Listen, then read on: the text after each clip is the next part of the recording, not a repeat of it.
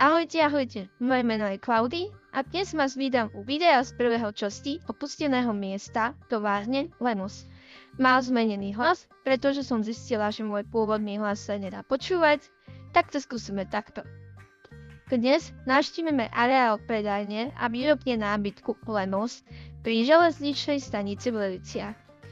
Táto firma, dnes známa ako Lenkos Inn, vyrábala aj predávala nábytok priamo tu, na mieste a komplexe budov, ktoré dnes stoja opustené. Poďme sa spolu pozrieť, čo v nich ešte zostalo. Na začiatok vám poviem nejaké informácie o tejto spoločnosti. Pôsobila predaj hotelového, kancelárskeho či bytového nábytku. Často vyrábaného priamo v tomto areáli a slúžila v komunite 90. rokoch až do prvej dekády 2000. rokoch. Areál bol kombináciou predajnej časti a výrobných hál. My sa dneska pozrieme do tých výrobných hál. Deň, keď som tam bola, aj dosť pršalo a zmokla som, ale čo ja preraz neurobím. Inak v polovici videa potom asi vrátim svoj pôvodný hlas na to, aby sme sa pozreli, aký je tam rozdiel.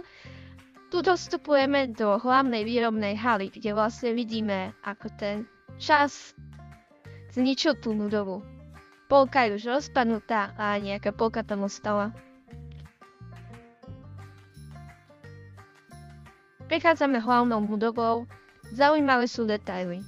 Zvyšky tapiet, staré poličky, reklamy. Každý krok odhaluje prázdno. Prázdne priestory, prázdne pracoviska, prázdne pohľady na miesto, ktoré žilo. Proste všetko prázdne.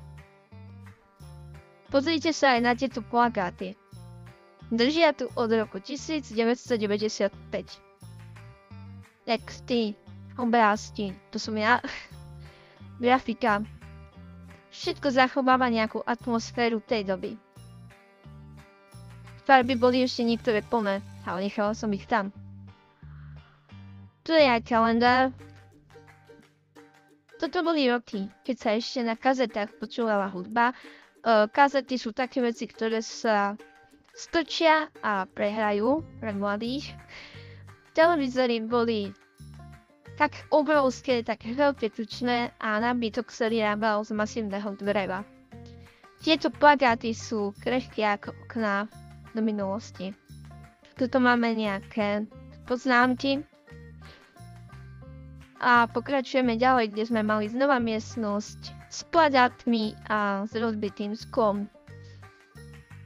Keď ten môj hlas sa troška zmenil, tak aj môj charakter sa vyvinul a tu máme záber na mňa na odľahčenie, ako sa snažím robiť nejaké kung fu.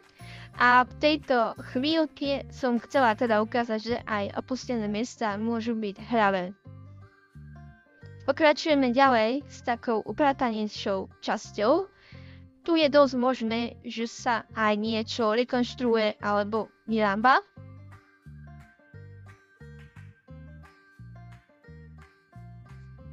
Pokračujeme za predajnú sekciu do výrobných priestorov. Tu je vzduch iný, ťažký, prašný, plný ticha. Steny sú ošarpané, umietka opatá. Skrýšené pôdy minulosťou medzi prachom a tieňmi. Staré chemikálie, ktoré boli cítiť a pôsobili ťažkosti s dýchaním. Človek by tam škrtol zápalkou a vybuchol by. Bola tam tma, aj keď vy vidíte svetlo.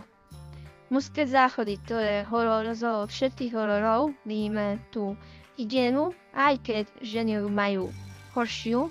Keď som išla s touto chodbou, cítila som totálny tlak a proste úplný strach.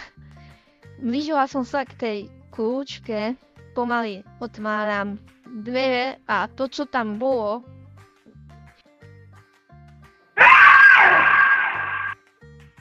Ak ste sa nezlakli, tak teraz počujete môj skutočný hlas bez efektov, tak už ste sa zlakli určite.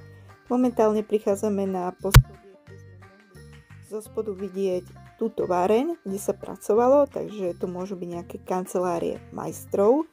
Pozrieme, či náhodou niečo prekvapujúce nenájdeme a vyvetráme.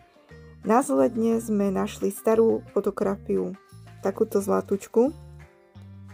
Možno niekto tu kedysi sedával, zapisoval faktúry, telefonoval. Tu som našla kľúče, ktoré záhadne pasovali do tejto skrini, kde na záver pozrieme nejaké staré zápisky, čísla niekoho, kto tu pracoval. Tieto útržky možno zašlapal čas, ale dnes sú vystavené nášmu pohľadu. Ukazujú, ako rýchlo sa mení svet a ako minulosť mizne. No stále ju môžete so mnou pozrieť.